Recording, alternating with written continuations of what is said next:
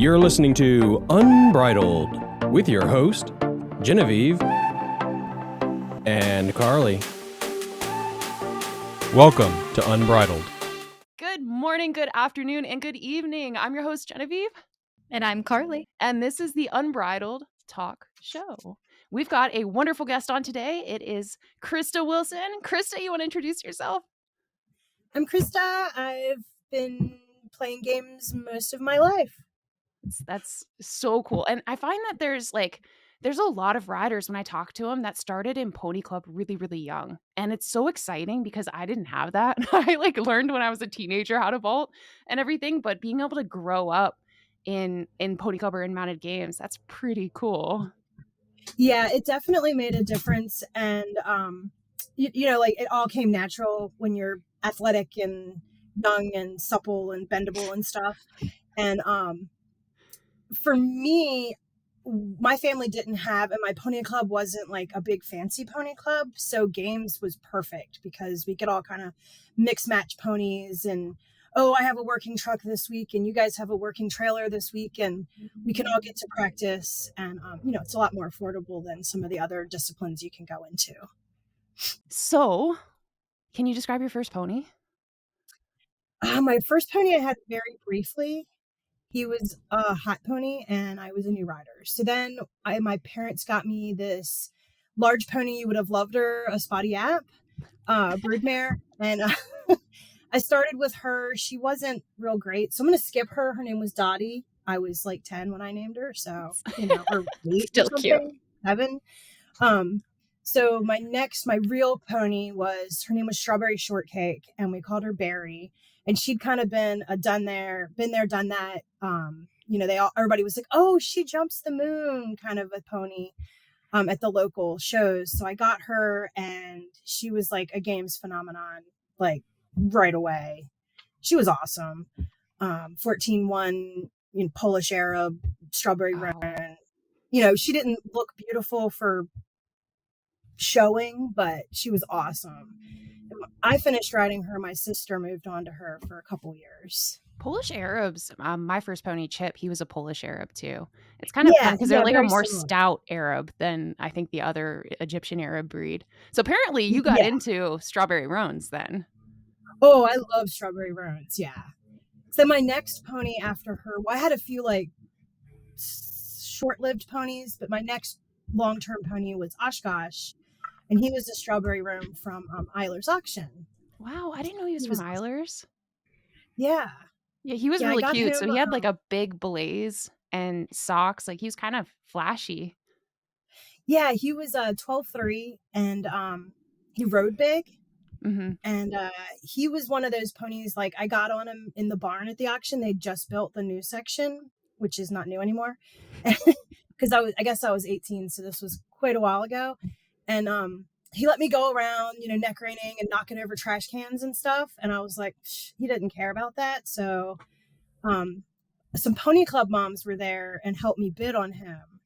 And I didn't win. But the guy that had brought him down to the auction, I went and talked to him later. And he said, well, I'll let you know. And then he came back over later when I was leaving and he'd had a lot to drink and had bought too many horses and didn't have room for them all. So I went home and my mom and I had saved up quarters. So we had $400 in quarters. So I took him back like this plastic box of quarters and was like, thank you. That's such a cute story. Oh my gosh. What year was that, do you think? And then how long did you have Oshkosh? It was about 96, 97, somewhere in there. I had him I leased him out at the very end and he was in his mid-30s, maybe 5-10 years ago before he passed away. Yeah, so he had a very awesome life after that. He taught a bunch of people to play games, and so he definitely awesome. He was the pony I remember you were on when I started mounted games, and you competed until he retired, basically. Yeah. He I had retired him when I got the paint pony Maya, and then I brought him back briefly for a rehab pony for me after I'd gotten hurt. But after that, he went and taught, some younger riders that needed confidence that were a little bit not as experienced in games. And he was, so Carly, if you hadn't met Oshkosh, he was a really stocky, like almost like his back was like kind of square built, but he was still refined enough, like in the front end. It's weird to describe, but he was kind of a longer pony. He rode really big. He rode like a really short horse. Like, I'm sure I've Yeah. seen pictures. yeah, he's And so I don't cute. know if you have a picture of Krista on him for the actual thumbnail that you're going to make, or are they all Simon? I'll make sure I'll get one of Oshkosh Yeah, that we can you pull should. up. You should try to find one. We also, It was pre-digital, so there might not be Oh, too many. I know. Okay, so I know that I had some when I was going through pictures, like old pictures. Yesterday, I saw Okay. some of Oshkosh, so I'm gonna see if I can find one for later, and I'll share it if I can. I remember, I think it was your first nationals team, Jen. Yeah. We were in Ohio, and I think it was Adam's pony came up lame on arrival. And I think that was when we rode 5 sessions for nationals. wow. And Adam rode him on your team, and I rode him on my team. And he did both divisions and Yep. was like, you know, he kind of had an Energizer. You know, He was battery like pack. a pony that just never stopped going. Like kind of like Hero never gets tired. Like this pony just Yeah. never got tired. And he went like 10 sessions that weekend. That was at Yeah. Batavia, wasn't it? In Ohio? Yeah, yeah. He Yep. was really fit though too. Oh, he was, So yeah. that did help. But And yeah. at the time, they didn't have as many restrictions about, and we were a 5-man team, and so there was a lot of rotation, but there weren't as many restrictions as there are now, in having them in multiple divisions. But man, he was fine too, like totally Yeah. sound and just like ready to go. I think he loved having a Yeah. job. He was a good boy. I liked him. He's so cool. It's so cool too when you had a pony and you're like, man, it sets the bar so high when you get a really good pony. I feel like kind of earlier on in your games career, and then you get to a Yeah. point where you have to retire them and you kind of have to recalibrate and recognize that you have to invest the time to getting back there. I think a lot of people get Yeah. discouraged when they feel like their skill set falls off a little bit because you've got a great pony you're bringing up. But over time, you start to realize that it's a cycle, right? I mean, you get to have this Oh, journey with that absolutely. pony. Well, and he was such a he made everything so easy because Mhm. like the day I brought him home, the next morning I took him down to our pony club grounds and ran through some, bending poles and stuff. And it was like, he already knew what he was. I mean, he didn't, but he was just so handy, Yeah. it was, and, he had good brakes, good whoa.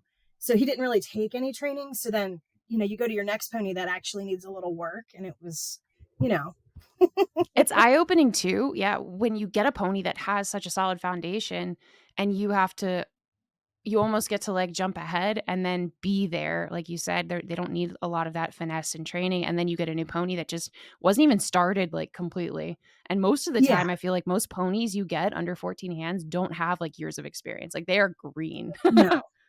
Yeah. It's definitely, it's a lot more work. So your current pony, because we started with currently I'm you, riding right? So we got to Simon. Oshkosh and then we went to, and then Simon, right? Well, No, Maya. Yeah, I have Simon now. Yeah, he's my backup games pony. I had Poe before him. Poe, Loved that's right. Poe. Poe was awesome. Poe was another that was just like took right to it. He was kind of a little stinker for kids and had started getting a little not nice to them, like learned to take advantage. Yeah. So he needed a career that was not going in circles. And games was just right up his alley. Perfect. So easy to train, putting a good whoa on him, and all the little things were real easy with him. And then Simon, I got him when he was 4, and he drove and he did mountain trail rides. But like, Jen, you were there the first competition. I was riding with your mom and Carol Ann and Yeah. Kim, and he didn't turn, and we had to do 3 mug. And we were in the end lane, so I was just like bumping him off the fence, Like very quickly became squares. Yeah. He's very handy now. Yeah. But he's lazy. And you guys know Simon. What So, is Simon? he's a Chincoteague Percheron. Percheron. He was specifically bred to be driving a draft driving paint pony. Oh, he's so cool. freaking He has cute a brother, like a full brother that he's matched with that's somewhere else. Oh, that's cool. So, but yeah, I love him to death. He's my heart. But yeah, I'm hoping to have a new pony by next year. That'll be so cool. Yeah, and you're Yeah, we'll see. experienced with the pony shopping game too. You find like really good ponies and you find really sturdy ponies, which I think Yeah, is honestly it's hard to find a compact pony closer to the ground that has substance behind it. And I have the same issue because I'm so tall. If I want something yeah. because I'm like a lead weight, I am connected with the earth. It's very hard to get me off the ground. It's And very it's Yeah. hard. also like athletic too with Yeah. that build, which I feel like so hard to find. It's like you want the build, Yeah. you want the energy, you want the athleticism, and Yeah. they've got to have the brain. That's a lot to ask for. Yeah. When I look specifically for the build. Yeah. And then go from there. So what's their brain like is the first thing I ask. Do they have a good head on their shoulders? Do they like to do different things? And I'll say straight up, I'm an adult looking for a pony to do games on. So it's kind of like relay races, going through obstacles, which most people seem to kind of get the picture of. Mm-hmm. I've definitely tried a lot of duds. Yeah. I tried this one dud. This one's kind of funny. I tried this one dud and it was a riding school pony and I rode it around the ring and I swear I could have walked faster than it trotted. And so the lady, I couldn't get it to go any faster. And the lady's finally like, well, why don't you try it on the barrel pattern out in the big field, like where all the horses are turned out? I was like, okay. So I tried the pattern. It was still like dragging its feet. And I was like, can I like really get after it? And she's like, okay. So I gave it like some big kicks and it bolted with me and like took the reins out of my hand and ran to the herd of horses. I was sure I was going to fall off, but I didn't. And I was like, yeah, he's not for me if it's going to take that much work. There's got to be like a criteria. I know that's the one thing when I go shopping for ponies, I bring my mom because I swear my mom can find something wrong with any pony. Every single pony out there has a Yeah. flaw. But Genevieve can see past it. I can be like, you know what? I mean, Hero, when I first got on him at auction, it was at the Harrisonburg auction and it was these like rows of the panel gates that they had stalls in. Oh, yeah. And I got on him and he like reared and went sideways and he like pinned me against the gate. And then he started going backwards, so dragging me against the gate. And then I got him turned around and then he just surged to the end of the barn and then threw me into that wall. And then I was like, Mom, come grab him. And I was just like sticking it out. And she like grabs him by the face and then like leads him out of the barn. And then we just take off.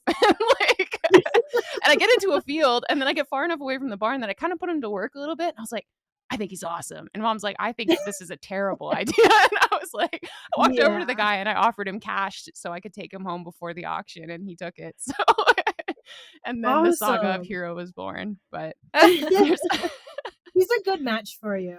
I really enjoy him. He's like a puzzle and he keeps it interesting. And I get bored really, really easily with my own personal horses. And then I sell them. And he's just kept it complex enough that I think it's really cool now that we're meshing. I have a type. Yeah, that's too much work. He's figured you out. He's like, I want to stay here forever. So I just have to be an ass for the rest of my life. Let's keep throwing a wrench out there. Yeah. Another opportunity. Setbacks here, setbacks there. Genevieve will say, oh, I just got to put more time and love into it. Yeah. It's a gift, not a flaw. So you had mentioned competing with my mom, and I know if we look back, right, early MGAA, the organization that we're riding with, had we had Masters, right? It was Masters, not Open, right? We had Masters and we had Novice. I think those were the first two divisions. That's all we had when we started. Yes. And then we did heats of those. And then a couple of the moms got together and they're like, we really want to ride too. We want our own division. And that's where kind of at the time it was called Fossils. Fossils was born. I disliked that name. I know. So they transitioned it. Now we're O25, which makes a lot more sense. But it went from literally, I think it was 2 pairs that competed the first like 4 competitions. Yeah. I remember Diane and Anita and Stacy competed. Mm-hmm. And there was another, I want to say 2 ladies that competed on and off that I don't remember their names. And then my mama, I remember being out there too. Yeah. Pretty early on. Your mom started the first year I switched from Masters to Fossils. Mm-hmm. Was the year your mom and Carol Ann both they had done a little bit, but that was the year they dove in. Yeah. We formed a team and with Kim. Yep. No, I And remember that. that, I think we had 2 teams at the time, and that was it, like, Oh, how but, cute.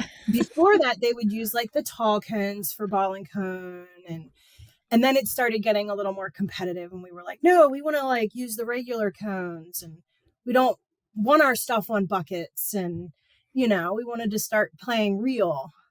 Yeah, no, you started definitely, I think, pushing the envelope, and the level of play in that division has grown so much and has gotten so competitive now that you honestly could flex, I think, a lot of the riders in to open and just have them be like the consistent part or aspect of the team because they play so clean and so consistently, and it's really tight up there. And you guys competed, and you were Really is. like the top team for years. I know, even at like the nationals and everything, year end. Yeah. It's so I mean, the exciting. whole division has just exploded with amazing players, and Yeah. everybody, like you said, just keeps getting better.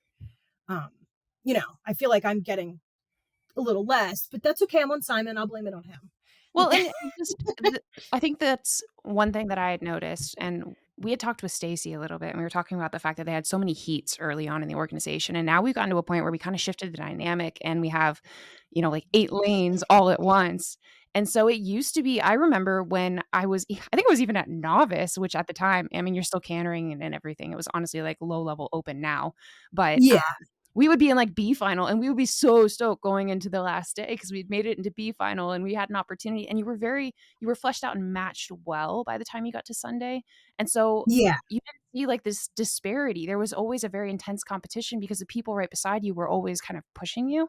And I think now yeah. we get out there and we've got 8, 9 lanes, and there's so much level of play fluctuating out there. And it's really cool There and very is. competitive, but it definitely changes the way that you perceive it. You're like, oh my gosh, this is a lot Yeah. harder. I really like that we started the lane sorting. Yeah. Where we do it like in the UK or internationally now, where we're put in according to where we placed previously. So you're next to the team that's you need to get ahead of, and the team you need to stay ahead of. So you're not just grouped with people you want to be beating, but you're also grouped with the people that are going to push you the Yeah. most. Like no offense to my team or myself, but my teammates. Like if we're next to border patrol or time flies or bomb squad, it's like, well, they're done before we're on our third rider. Exactly. We want to be next to the other teams that are still on their Yeah. third rider. So that makes it a lot different, I think, and it's really working. Plus, with 8 lanes, it's still cool, but you don't see what's going on at the whole other end of the arena. It's so true. And I think we see that too in our division because we're in the lower half of our division and open, and we're all like newly into this division, newly sorting out ourselves, our ponies, etc. And you're right, like before we had the lane sorting, you would get out there and you might have to look like 8 lanes over to try to see if somebody was heading home and if you were racing. Whereas now you feel like there's more competition because it's right kind Yeah, of in line with where you are. yeah. Well, and it's kind of like already being broken into like an A-B final, but we're doing them at the same time. Exactly. Exactly. Yeah.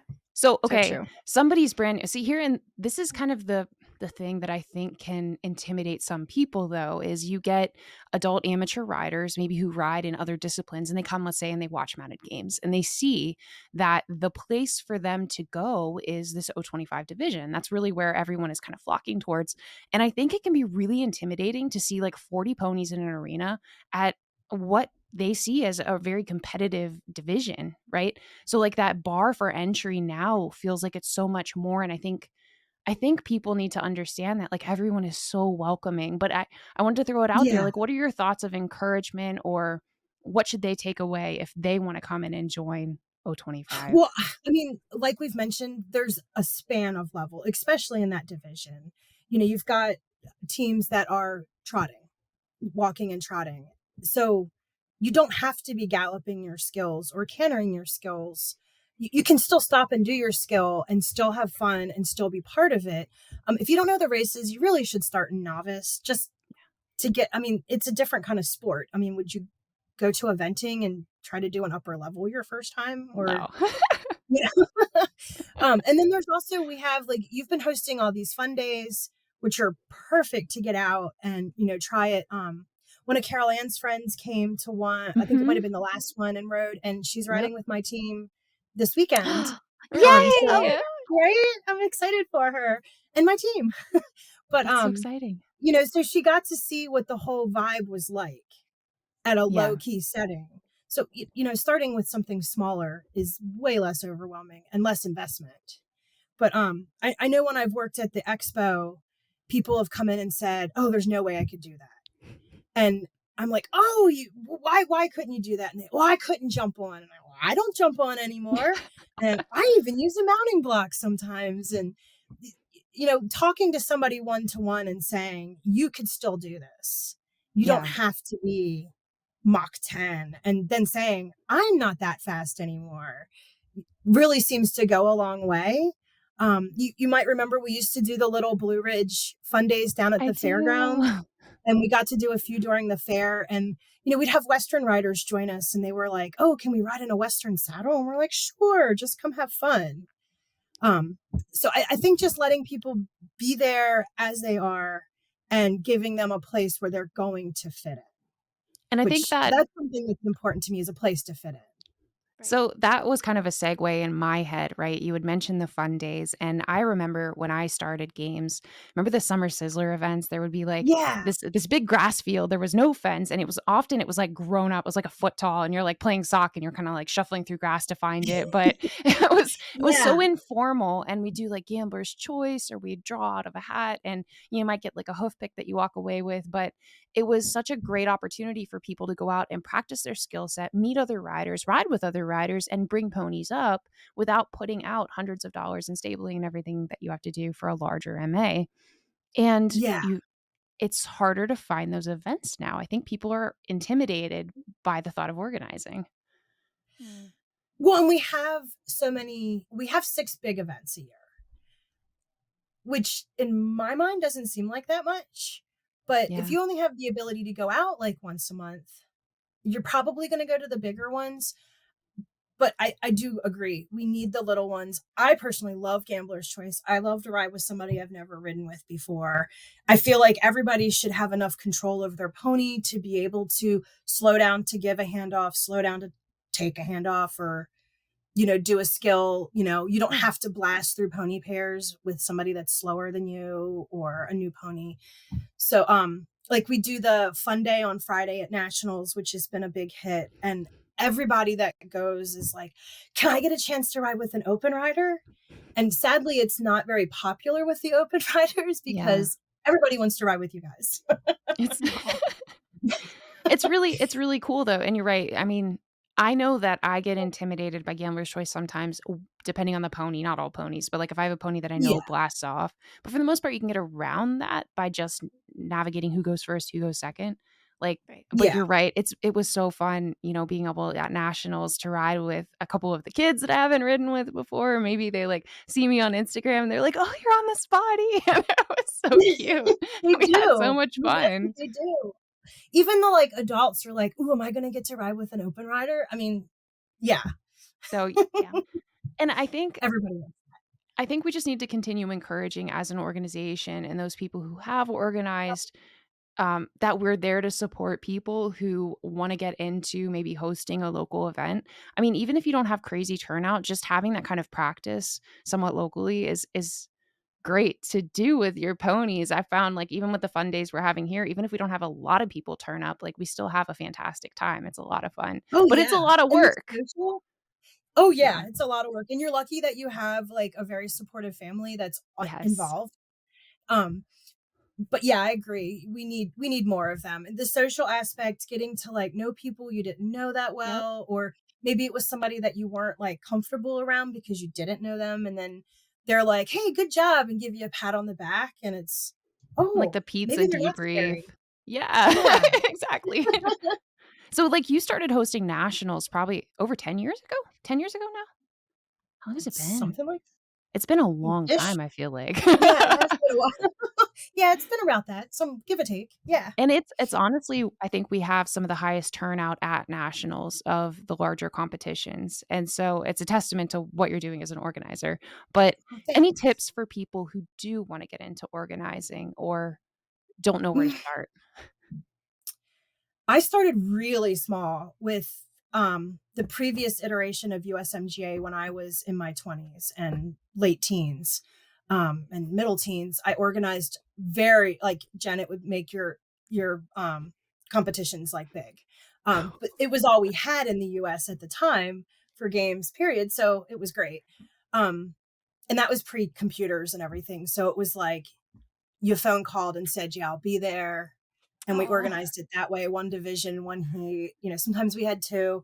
But then when we moved to when I moved down here, I did a few of the Blue Ridge ones because I wanted little stuff and I wanted to try to get some new people involved. And, you don't always want to go spend a couple $100 in 3 days to go to a competition and back, especially with a new pony. Yeah. You want to be able to take them somewhere local where it's not a big commitment financially or time wise. So we started those, and then Nationals was easy to fall into. It had already been hosted a few times by Sharon and Anita and I think Stacy. So it was kind of already set up and just needed somebody to kind of jump in and start all those wheels back up or keep those wheels going. There is a lot more to it with all the sponsored races and the extra prizes. And we've had parties and different activities and stuff each year. Next year, we're hoping to do something special because it'll be MGAA's 20th anniversary. So Really? Yeah. Go us. Do like a gala or something like that.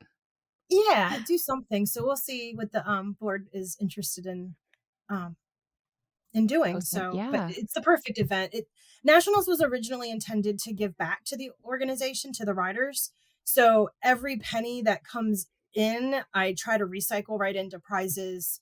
I'll add like, we've done all kinds of weird little knicky-knacky emblem things like pins and patches and the cups t-shirts and yeah, I love the stickers. Yes. Yeah. So we try to do something different each year. This year I put a bunch of money into getting ribbons for the next couple of years so I could get a better deal. Yeah. So, and everybody wanted ribbons, had mentioned ribbons. So I was like, well, we'll do ribbons, what do you guys want? So it's what everybody wants. I try to put it all right back into it. And Jenny Beck is my co-host these past 2 years, and she's awesome. She's a workhorse. I can't say enough good things about her. Like if I'm like, hey, we need to do this, she's like, already did it. She's amazing. She That's really awesome. is. She's awesome to work with. And that's like the big encouragement. I think if people are interested in trying to host something or they want to know, particularly if you don't have competitions in your area and you're looking to kind of grow in the sport and you're starting to correspond with people in the board, or you're reaching out to people on MGAA and there's just not a lot of local competitions, but there are other people that you could ride with. Let's say you get your pony club involved, whatever it is, reach out. And there are resources within MGAA. There are resources in the different games organizations to help support you getting equipment, or there's people who have been organizing for years who can give you feedback on kind of the best steps, what forms to use for entry. Happy to help anybody that needs and you've help been a anything tremendous like that. help, you and Carol Ann and family. And there's just been so many people, Greg Honeycutt, like that have been pouring in, resources and helping and having like the little pizza party at the lunches for our fun day, stuff like that. And all of it was just because everyone kind of jumped in and was like, all right, let's make this happen, which has been so fun. So if you want to organize someday and you're out there and you don't have competitions, just reach out and we'll see how we can support you better, because everybody wants to see the organization grow. Yeah. I think it's worth noting too that this past year has honestly, this Nationals, Krista, was my favorite competition I think I've ever been to out of my entire year at games, just because the fact that you got, those riders over from Great Britain to UK to come over here, and we got to meet and greet them and see all these different people. And oh my gosh, it was just, every person that entire weekend, it was just all smiles. Everybody was so grateful to just be there. And I feel like we made so many friends because of it. It was like, the biggest competition we've had in, so many years or whatever. I mean, since I've been gaming, which is like 6-ish years, that's the biggest competition I've ever been to. And even though we got rained out on Sunday, it was still my best games experience. Like I will never forget it. Yeah. Hey. See, that makes it worth it. Yeah, no, it does. And it's all right. So that's a really good segue into international competition. So you've competed overseas, right? Yeah, I competed when I was a teenager for the US, for USMGA. for a couple years. My first year, we actually got second, which was really awesome That's in crazy. Germany. Awesome. Yeah. Germany? Yeah. What? That's I went to crazy. Germany and we did Sweden and Belgium and France and Ireland, I think. I don't know. It's been a really long time. That was like the mid 90s. So I'm a little fuzzy.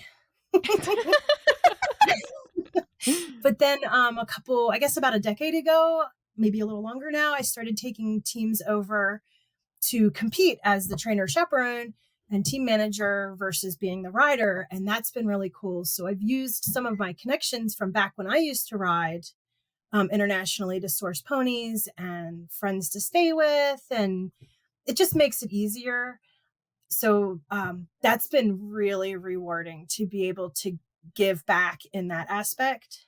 Yeah. And, see these kids, like, when do you get that opportunity? No, that's so Yeah. so what is your favorite, like, if you look back at having the kids overseas and being able to coach and chaperone, like, some of your favorite memories with the kids? I know that they were really curious on our page. They're like, "Oh, we wanted to talk we wanted to talk about us." No, not really, but, what was Each your team has experience like? definitely had their, like, special moments. Carly went on the last trip too as a trainer, chaperone, manager. Yeah, each team has been amazing. Um, Gosh, the first team, we didn't have a car, and that was a little a little clunky, but we had really good ponies. Just each year, it's been something different to work out the process. One year we broke down in the middle of nowhere on like a back road. The clutch went out on the car, and we didn't have like cell reception, and the kids were like dancing on the street and getting annoyed. And yeah, we've gotten to do just spur of the moment. A couple times people were like, "Oh, we have extra entries for world individuals. We'll lend you a pony." And we were lucky enough to get a couple kids into individuals a few times, which was so amazing. Not just for them, but I was like, "Oh my gosh, I'm so excited for That's so them." cool. It makes me so happy. Um, how just the kids are just hilarious. I freaking love them. They're amazing. I love the ones that still will send me a text or, give me a hug when they see me or, something little, because you always wonder if you made an impact on them. Yeah. But they've all been amazing. I can't tell you all their secrets though. So. Do you have any plans to either take teams back over or to try to bring teams over here for nationals next year? I know that was so cool. Anything I've in the been trying works? to get a team over here for a while, so that was really exciting. I would like to be able to do that again if possible. I don't know if the same team would be interested or if we can get a different team, but I'm definitely going to keep working on that. And yeah, I would like to take a team over next year, an under 18 team, and go to a competition. I kind of was hoping to do it this year, but got a late start on it. Yeah. And I'm not sure how good our pool was previously this year for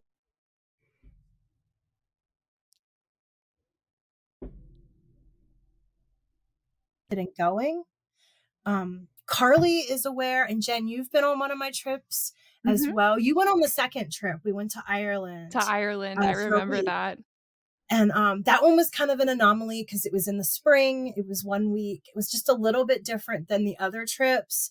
Again, that was awesome. You got to scramble on, sorry, I totally swapped back, but you got to scramble on open team with riders you didn't know from Ireland and And they were compete all with so them. sweet and so supportive, and I was on this cute little flea-bitten gray pony. It was so cool, and I remember they had their trailer, like, their lorry, and we literally just all of us dogpiled and slept in that lorry the entire week, and, like, I had, like I'm a big person. I mean, you and I were, like, practically cuddling every night. It was beautiful. But it And it was just, like worked it and was it so was fun. memorable. Yeah. So I'd like to do England again. My husband's drilling. Let me know if you can hear it. Can't hear it, so you're good. Okay. Yeah. He's been instructed to put a dog door in, so priorities. Oh. But back to what we're talking about. I'd like to take a team next year, and it's set up slightly similar to the Pony Club trips, where it is the 5 riders and 2 adults, the team trainer and chaperone co-hosts together, travel together, the 7 of us. We fly out together. We do the whole trip, compete, tour around for about 2 weeks, the whole thing, and then come back. So parents are, of course, welcome to go over and watch, but they're not part of the arrangements. Mhm. So part of it makes it possible for families that couldn't afford to send mom and child over, or have the international ability to source a car and a hotel or accommodations for themselves. And it also, I find that like I did the Pony Club trip when I was 14, and being in that group of kids, like, you might not know this, but I was an introvert and really timid. And when I was younger, it really helped me come out to be forced with other kids for 2 weeks.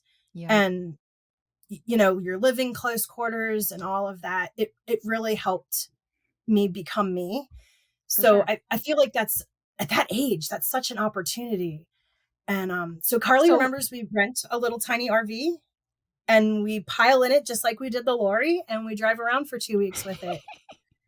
So exciting. That is so cool. And I remember So our cool. interview with Kimmy, actually, just because you mentioned that. She said that that was one of the pivotal experiences in her development, was when she went overseas, and she went overseas with girls her age in her teens, and she was super shy.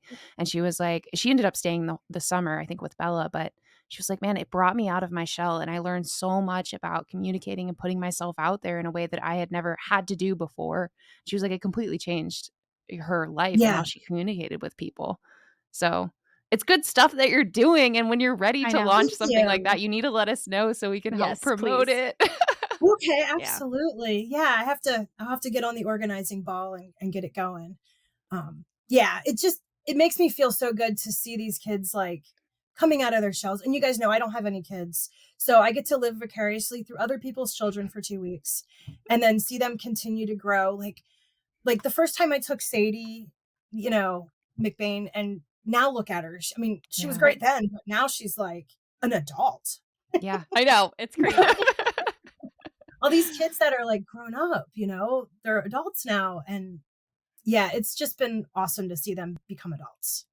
No, that's the cool thing with our organization too, is that it's so close knit, but you get to go out and basically you're camping with all these families, like 100 different families, like 6 weekends a year. And you do it for years and years and years. And you just see all of these families like grow and develop and then get, go to college, get married, have kids. And it's just such a cool community that we've kind of built up. And the longer that you're invested in it, you get so excited for all these other people and their wins and losses in life. Like you have people in your corner, and that's so exciting. It's like Yeah, a I big always feel family. like it's a family. Like, you know, I might get mad at you one weekend, but I'm going to see you the next, 10 years or so. So I better get over it. You know, like, oh, that's not my favorite cousin, but we're going to still get along. We'll still see him at Christmas every year. Exactly. So you kind of got to, learn to accept people for who they are. And And I think- and as yourself, you need to realize people are going to have to accept me for who I am. And you Like it or not. learn because you get to see people develop. And having been, like, I went through the whole teenage years and the rebellion, and you're pissy at everybody, and all of those phases definitely happen in life. And then you come out on the other side, Yeah. and you get to see like how interacting with people, how you impact a community of people, and you kind of like tailor yourself and start to learn just how to be a better person, how to be a better communicator, how to go back to the drawing board and be like, well, you know what, you're right, like whatever happened, or even just like a bad competition, like, all right, I'm frustrated or whatever, there's a dynamic, Yeah. you just brush it off and you move forward. And you just see so much growth when you start to look out for those opportunities. You're like, man, I get so much out of this, so much more than just riding. And I Yeah. think a lot of competitions, when you, at least from an amateur perspective, right? When I'm eventing or show jumping, whatever, I pull up with a trailer, I do my thing, I load my horse and I leave. And like, you don't have that same community investment that you have here. It's just a whole different dynamic that's so exciting. Yeah. you're clapping for somebody that you barely know, but they just got their, quotes pick or whatever.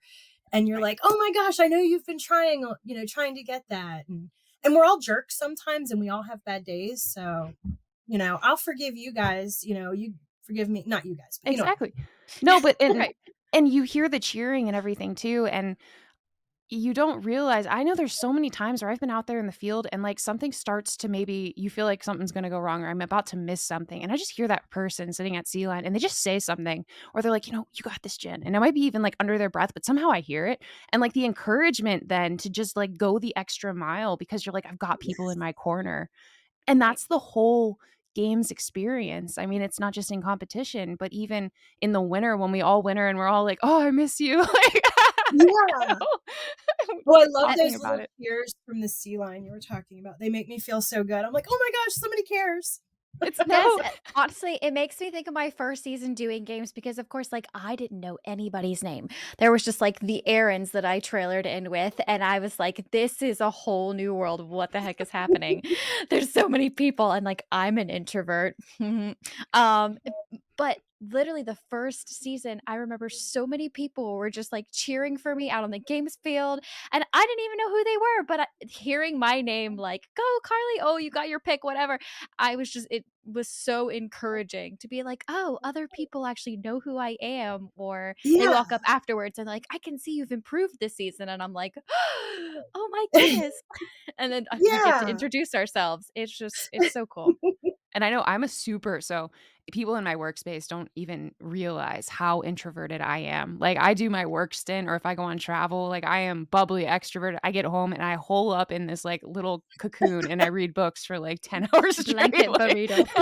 I mean, but honestly, the ability even to project yourself really came from being in that kind of an environment where I was like, you know what, if I want to be positive, people are pushing me to reach out. One of the best ways is really just cheering, honestly, encouragement and reaching out to people, being like, you did great. And after the competition, giving people hugs and being like, I'm so excited to ride against you. Yeah. You did so good.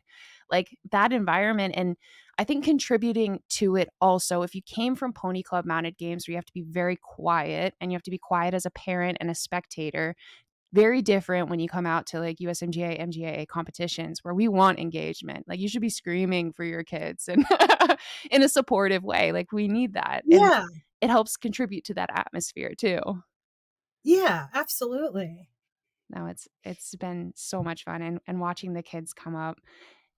And so another thing that I was thinking of, because we've kind of ridden together for a long, long time, if I think back, because my mom was on the same team with you for years and years and years. And there was that one Yeah. competition that we did where they tried to do like a modified games thing. I'm coming up to the Maya injury here. Oh, okay. And Modified games. yeah, she's like, where are we going with this? They tried to do modified games. And so it was like a half-mile course set up and they did a bunch of different games and you had to race doing all the games in succession through a loop. That was like the thing that they were trying to accomplish. And so they'd set up like 2 flag and then you'd pick up a bottle and set it down a bottle and then you get an association, set down an association. You did this whole course and came back. Yeah, you like left the ring and everything. Yep. It was a neat concept that they tried to do. But I just remember so vividly watching an injury occur. And I wanted to talk about injuries in this sport because I think it's so important for people to realize, not just with injuries, but with life, sometimes you go from one place and being able to compete and being able to vault and do everything like at a certain level, and then you get set back. And it can be a huge hit to your confidence to have anything occur, whether, a break or, because I had like a compound fracture of my wrist, I've gotten concussions, I blew out my knee, like you end up having injuries over time. I But just got my first concussion at MA5, so that was fun. First ever concussion. Woo! check, I've arrived. But I just remember, so you want to talk a little bit, if you don't want to, about the injury Oh, that kind I'm of fine. Yeah, Yeah. I flipped my pony on the start line and I do very specifically remember I was like, I'm gonna dismount, like while she was in the air, but I couldn't get both feet out of the stirrup. Yeah. So when I came down, my foot planted and then she just crushed it. So I had multiple compound breaks and in my leg, and I was laid up for almost a year Yeah. till I could really get going again, which is when I went back to Oshkosh, Yep. I had retired him, and I was like, he didn't know what a mounting block was because I'd always vaulted him, but he was like, oh, I Oh. guess I'll get closer. So he was Oh. my first ride back. Yeah. But that really shook my confidence. I did sell the pony, even though I don't put the blame on her. No. You know, I should have let her go forward instead of holding her for so long. So, but for me to get back on her was not going to happen. And I haven't had anything feisty or hot since. And I used to like a little bit of a hot rod. So Yeah. that really changed me. I'm definitely had lost a lot of physical ability after that. I still kind of walk funny. And it's been like 12 or 13 years, I guess. But yeah, injuries happen and they're really hard to get over sometimes. I do remember when I was a child, it like dawned on me one day that I could hurt my pony jumping. Like just Oh. came like I would jump anything, and then one day I was like, oh my gosh, my pony could get hurt. And I don't know where the thought came from. So my mom took me to this cross country guy, Dave Butts from Maryland. He was awesome. And he got on one of his horses and took me out, and we were jumping rock ledges, and he just gave me the confidence back before I had completely lost it. I don't know how you do that in games. I don't know how it worked when he did it. Maybe it was because I was young and he was magic. But yeah, injuries can be really, really tough to overcome. And I think as people are aging as well and having families and not being as much ability to practice or ride, you kind of got to learn to that you're not going to be the same person you were when you were 16 or 18 or 21 or whatever. It's just going to happen. You're not going to bounce anymore when you fall off. Which is one thing that's nice about the O25 division. If somebody even gets like a little mangled, everybody kind of stops and is like, oh my gosh, are you okay? And taking a little longer to get up and walk it off is not that it's not acceptable elsewhere, but I feel like it's almost encouraged. Yeah. In O25, it's part of that different mindset. But people are more worried when an O25 rider falls. It's it's the mindset. You're right. Yeah. Yeah, I took a fall like 2 weeks ago, and it took me a week to like sit down right again. No, and you're so right. And I think that's like coming back to like practicing like, you know, self-love and forgiveness and showing up and doing the best with what you have that day. And like if my back is out, there's been so many times I'm so tall and I was silly and I used to do like powerlifting. So I'd be like deadlifting over 400 pounds and then lo and behold, I'd hurt my back and like shock. I wouldn't be able to walk for like literally the worst stint I had was 6 months where I really struggled to even walk because of sciatic nerve pain. And it becomes like a head game, I think, when you come back from an injury or anything that sets you back from where you were in ability. And you have to just understand that no one else out there in the games field is judging you negatively. Everybody just wants you to come out and have the best time that you can have that day, whether that means that you're vaulting at speed, whether that means you just had kids and you're coming back to your first competition and we're just excited that you're up there. Like, I mean, you don't have to be as amazing as you were before. You can work to be that amazing again. You don't have to just keep having fun. You don't have to be the number one open rider for your whole life. You know, at some point you can step back and I am still having so much fun. Even when I ride Simon at half the speed of everybody else. I mean, it would be more fun if you go a little faster, but you know, it's like a couple years ago, I started having eye problems and I've lost vision in one eye. The other eye's perfect vision, but limited vision now, like peripheral. But I've noticed I can't do mug shuffle quite as fast. Like, oh my gosh, I missed the joust one time and I was like I didn't even turn around right away. It was so shocking. Like, how did that happen? So I really have to think about it sometimes. And like one time we were lined up and the sword rings were the white rings and they were lined right up with the white fence at Grange. And I was like, oh gosh. And I started to panic.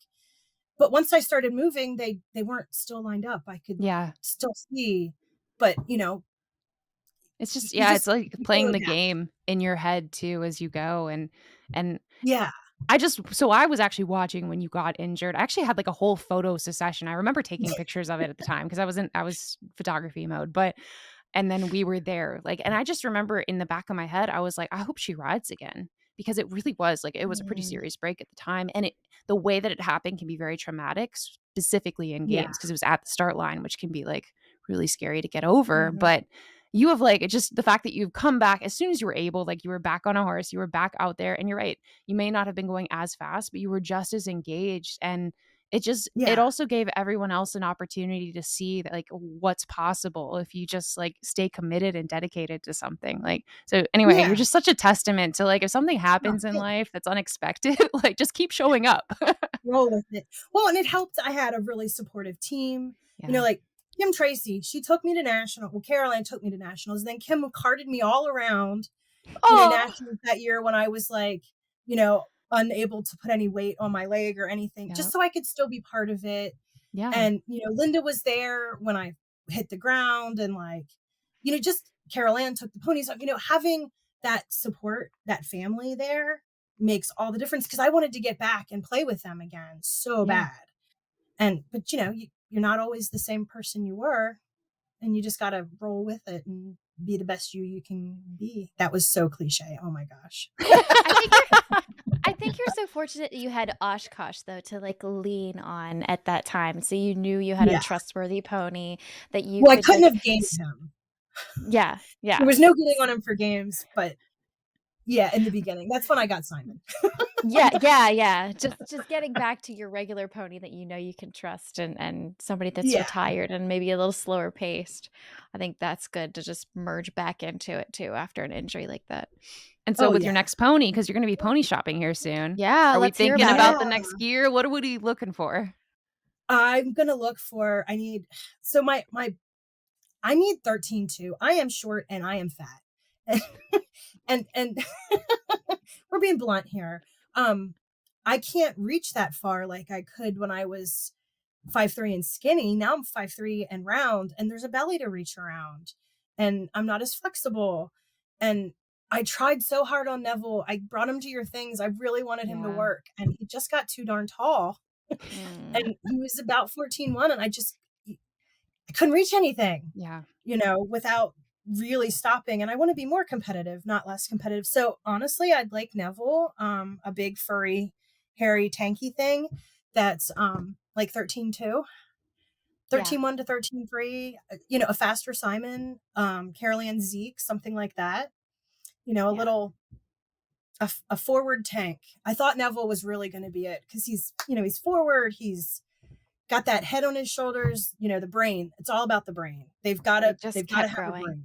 Mm-hmm. Yeah, he just got too tall. So hopefully I can swap him out for. What age do you look for when you're looking for a pony? I have preferred younger because I want to make that bond and keep it. Mm-hmm. But I think this time I might go more like 10ish.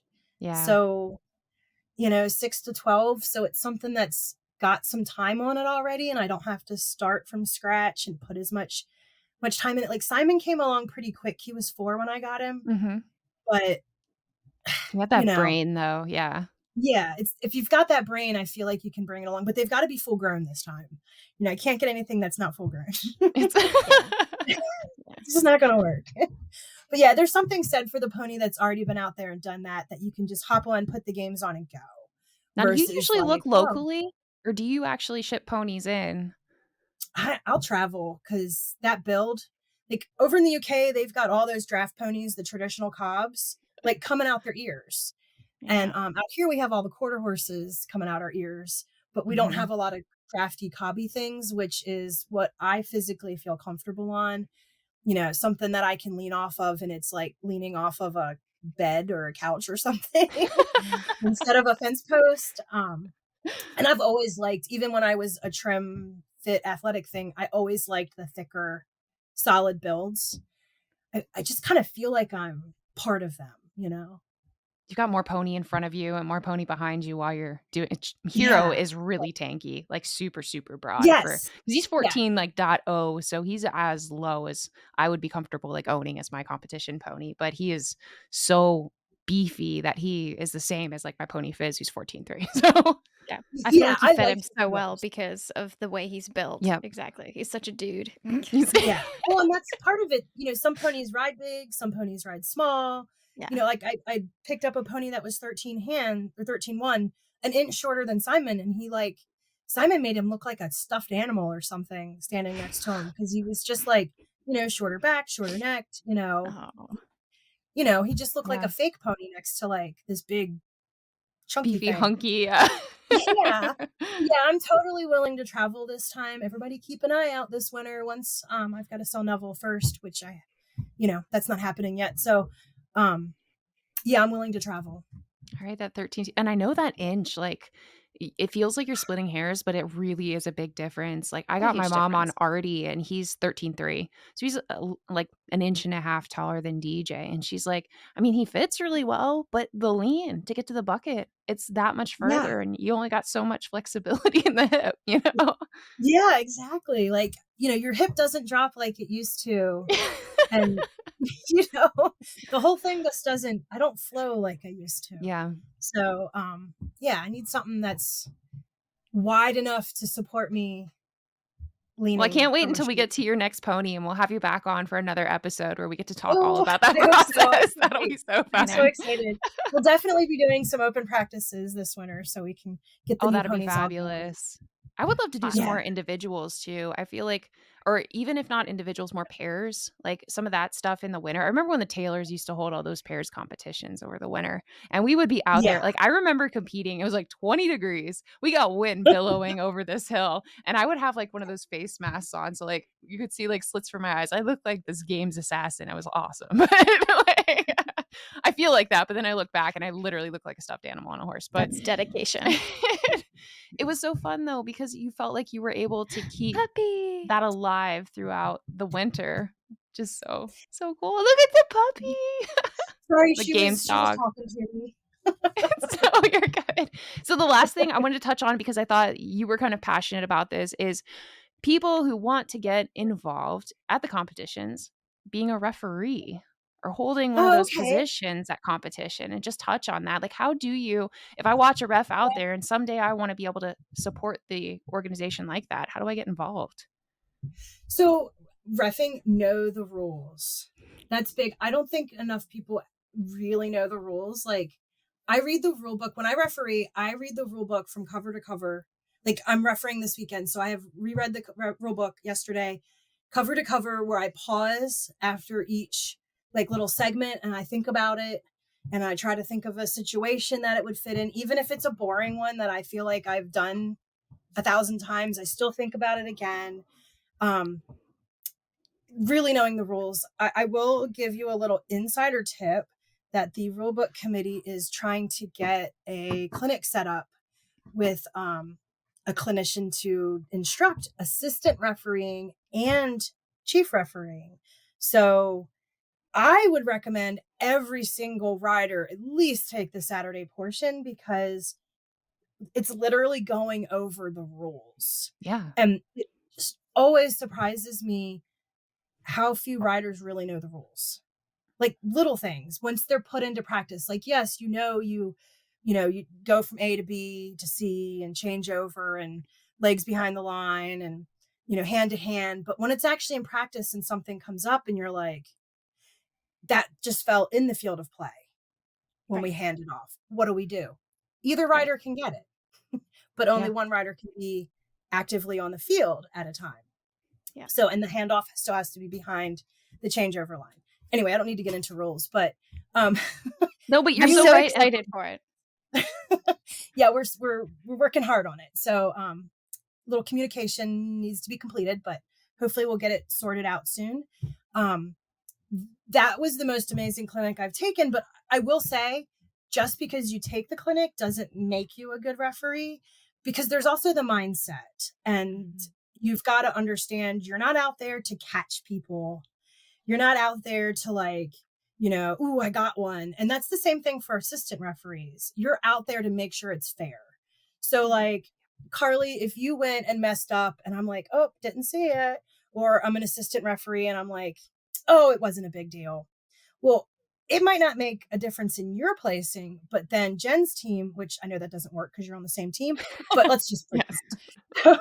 Then Jen's team is right behind you Yeah. and Yeah. finishes. If you had gotten eliminated, you just cheated out Jen's team by Right. being the assistant referee that didn't report it, or the referee who didn't call it. And it might only be a point, and you might be the lowest pointed team in the division. It still makes a difference to somebody.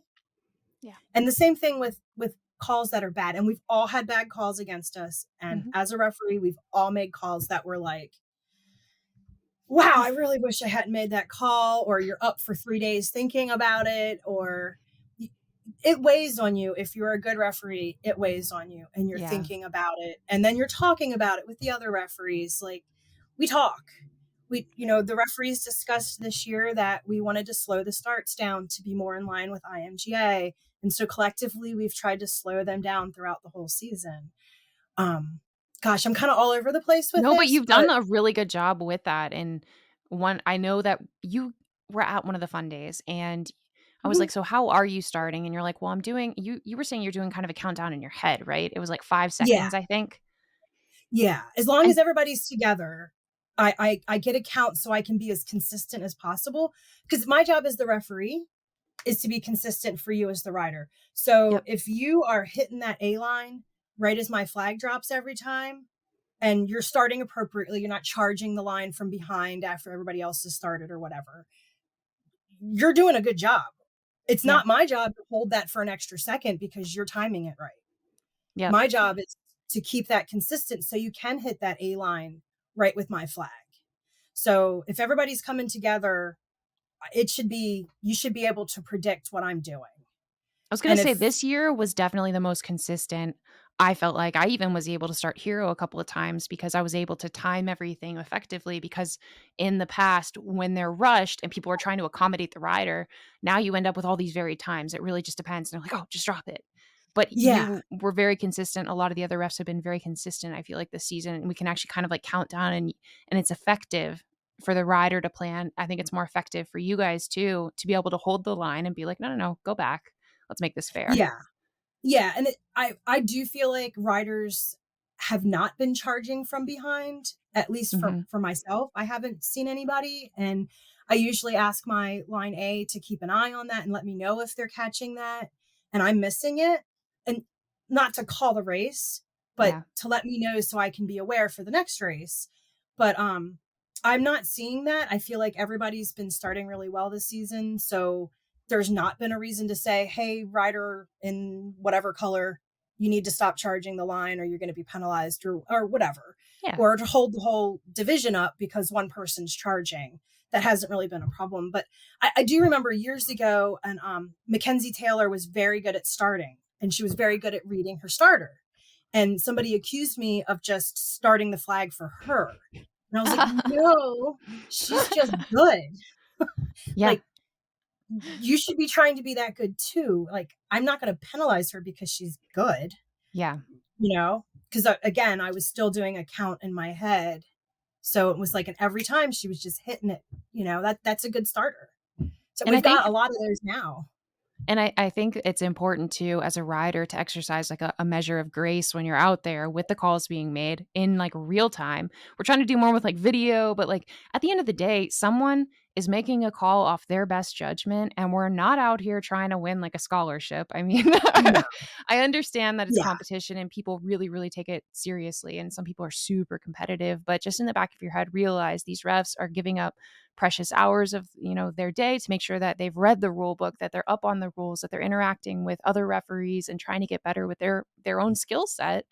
And you need to just a little bit of grace. Maybe it wasn't the perfect call. I think everyone, like you said, has had a bad call made against them, but like at the end of the day, we're all going to see each other in 10 years and there's no use making a fuss now. Like, well, however many calls you've had bad, you've probably also gotten away with stuff. Yeah. I mean, I know my team has gotten away with stuff and had bad calls that cost us points that were very frustrating. And another thing to remember as a referee is everybody is fully charged out there. Their emotions are at their top. You've got to know how to speak to somebody, when to smile, when to walk away. We're all charged up. and the referee is charged up too. You know, it's a very intense position to be in. You've literally got everybody looking at you and reporting things to you. And you've got 8 people lined up staring at you, waiting for you to raise the flag. It's pretty intense, but Yep. Do your best personally, to I feel take like the I emotion don't. out of it. Yes. And I feel like for me, I don't have any kids. I don't have any family members out there. I don't coach anybody out there like on a regular basis. I mean, I feel like everybody out there is my friend to some degree. I want everybody to win. So I don't have anybody to like accidentally be partial for, if that makes sense. So that Yeah. makes it a little easier. I would think if you're out there and your best friend or something is riding, it might be a little harder. Yeah. That's the importance of like picking the correct chief ref though for each division to make sure that there is no possibility to blame them for partiality and Yes. leniency for specific riders and teams. But that's another thing that makes it really hard because, oftentimes they have kids. So, if you have children in one division, you probably shouldn't be reffing or Yeah. judging or anything. Like that's not really appropriate for, fairness sake. Yes. And I love it when an assistant referee, well, I don't love it, but says, oh, my kid is riding, or I don't feel comfortable doing this. Yeah. Absolutely. Tell me before we start, I'll swap you out. Yep. Right. No hard feelings. I'd rather you say that now than come and say, oh, can they change directions on the bending poles? Or like, they had like all the ponies in the field. Is that okay? The Making really sure that you feel confident in the role that you're going to play. And there's always another, like you can always work equipment crew. You can get good at Yeah. equipment crew. Mhm. But it highlights the Yeah. fact that we do need more referees. We need more people who are becoming masters of that rule book. And we just need more players to invest in reading the rule book cover to cover, not just relying on your coach to teach you through circumstance, but actually read it so you understand it too. Oh, and honestly, the best way to learn is to get eliminated. I mean, That's true. you remember. You never forget. Yeah, You're you will so never right. forget that you made a mistake, and you can't do that, And some of the more Yeah, and- complex things, that you have to fix. Yeah. But again, I highly recommend, even if you have no interest of being a referee, taking that clinic, because you learn so much. And Cool. and again, it's also part of the personality. And Yeah. like Well, let you us said, know when you're live, when you get the clinic out there. Yeah, well, hopefully we'll know. We've been hoping to know any day now, so we'll know soon. Well, hopefully. definitely. So we're going to have our weekly live on Wednesdays. So as soon as we get word, Okay. we'll Yeah. broadcast it and try to get people involved. Potentially in December though, right? So people can kind of Yeah. plan for their calendars. That's kind of We're shooting within for the the next first weekend in December. Perfect. Okay. All right. Yeah, It's good to that's put I out think there. it's the second and third. My calendar's not up. Yeah, it's Okay. hopefully we'll see. Yeah. Well, we're coming up on time here. So any closing thoughts? I love games. That sounds stupid, but I really do. No, I've I been know. playing for like 35, 36, Crazy. 37 years, something like that. And I can't get enough. It's such That's a awesome. wonderful sport, wonderful community. There's so much opportunity for growth and for people to just independently grow individually with your pony, grow with your team, grow in the organization and community. Like that's so exciting. It's just as soon as you get engaged, I feel like so many people just get hooked for life. Yeah, like I wouldn't know you guys. I know. Well, thank you so much, Krista, for being on this show. We really appreciate it. We will definitely have you back as soon as you get that next pony or maybe before. But let us know when the clinic goes live. I feel like you need to join us for our our Wednesday night live whenever you're ready to start shopping, and we'll just get on and we'll share our screen and we'll shop together. Yes. We'll make phone calls to people and ask them questions live. They won't know it, but that's fine. I And am drink so our game. wine. Yes? Okay. I am totally game. Totally game. Okay. Fabulous. So definitely let us know when you're ready because we're going to host this every Wednesday. We'll do it live and we'll definitely have you on board because that'll be so much fun. Like the minute Neville's check clears, I'll be sure. Just let us know.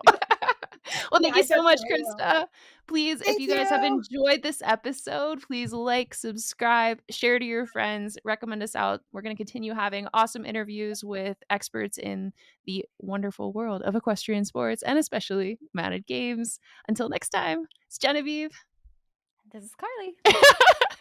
And have a good one. Bye. Okay. You're listening to Unbridled with your host, Genevieve and Carly. Welcome to Unbridled.